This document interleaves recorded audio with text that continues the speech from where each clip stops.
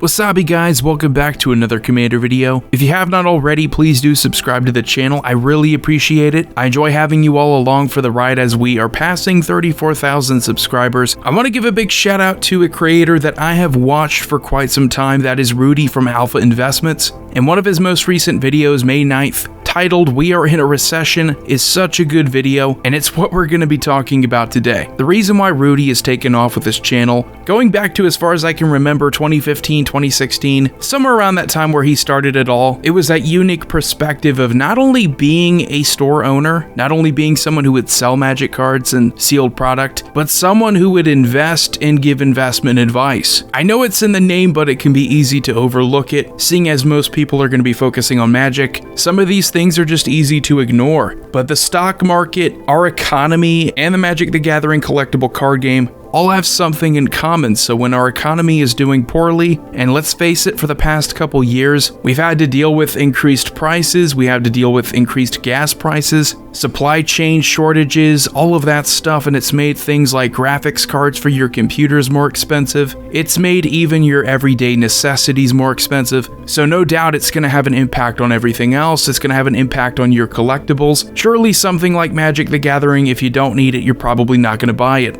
However, the reason why I think this is such a great video by him, which by the way, if you haven't watched it, I recommend after you're watching this video, you go head on over there and watch his. The way you get ahead in life, the way that you get ahead, if you want to own more of something that you really love, you want to invest in it, you want to understand how it works, you want to understand how to get the most out of it, you have to zig when everyone else is zagging. You're going to have to do what's counterintuitive, and when you look at this chart, this is the trend with the stock market. This is what's been happening for the past couple decades. You notice that after the turn of the century, people started to panic. People really didn't have much faith in the stock market. People didn't really have that much faith because we experienced a crash following the dot-com bubble. And as you can see, it took us a while to get back to where that all-time high was. And I don't want to scare you all into thinking that we could experience another 10 years or 15 years that's anything like this before we reach the previous all-time high again. But it is a possibility. So it's easy to panic, it's easy to be afraid during these times. And like with anything else in the economy, if you're buying something that isn't like food, paper towels, toilet paper, toothpaste, deodorant, things you're going to need every day, things that you really can't avoid spending money on, and you're spending money on collectibles, but you don't want to spend too much because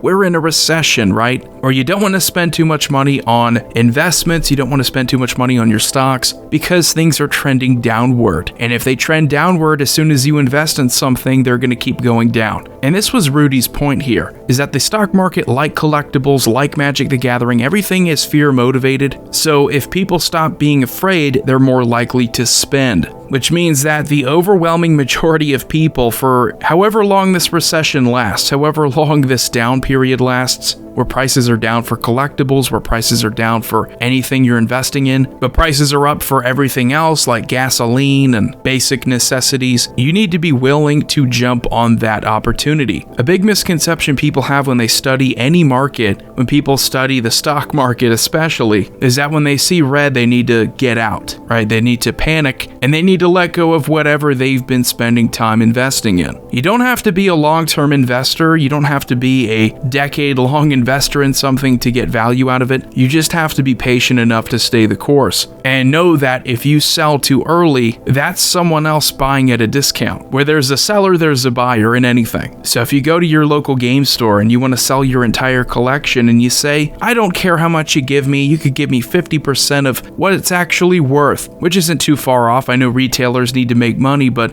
when you go in there lowballing yourself because you don't feel confident in what you've invested in, you're losing money willingly. Same thing is true when you're looking to buy something. There are people who will refuse to buy when prices are probably going to be at their all-time lows during the next couple years, and then suddenly when the economy recovers, they're going to feel more comfortable buying when things are going to be back to their all-time highs. It makes no sense. You need to honestly view this as a wave, where if you're feeling comfortable buying something as it's on its way up, you really shouldn't feel that bad about buying something when it's on its way down, because there's always a missed opportunity somewhere. You don't want to miss out on it completely though. So this is what Rudy was talking about. He was talking about the fact that most people will fall behind because they will not seize this opportunity. It's not just about prices being affected on a retail level either. You're going to have people who are desperate for money, who are going to feel this recession and are going to sell their cards, they're going to sell their collections, they're going to sell their investments out of fear of losing much more, which is a legitimate concern. However, if you are willing to stay the course, understand that if you are someone like me, I'm a millennial, you have a lot of time ahead of you. Just because you end up losing money, just because you're in the red currently, doesn't mean you should panic and cut your losses and try to move on. You should look to buy, you should look to add to your position, you should look to add to your collection, because like the turn of the century, when prices were reaching their all-time lows, there were a lot of people who wished that they invested back then, because if they did, imagine if you could buy into Google in 2001, imagine if you could buy into Apple and sit on that for 15 to 20 years and cash out. You would have made a ton of money, and that's kind of the situation here. Although it's not totally parallel, it's not too far off to where you can make the assumption, if you take advantage of the opportunities during this poor economy, that if you are patient enough, you will reap the benefits. What really caught my attention from Rudy was when he said people were dying for a discount on their favorite stock, on their favorite cryptocurrency just a couple years ago, and now that they finally get it, they're going to be panicking and they're not going to want to buy it.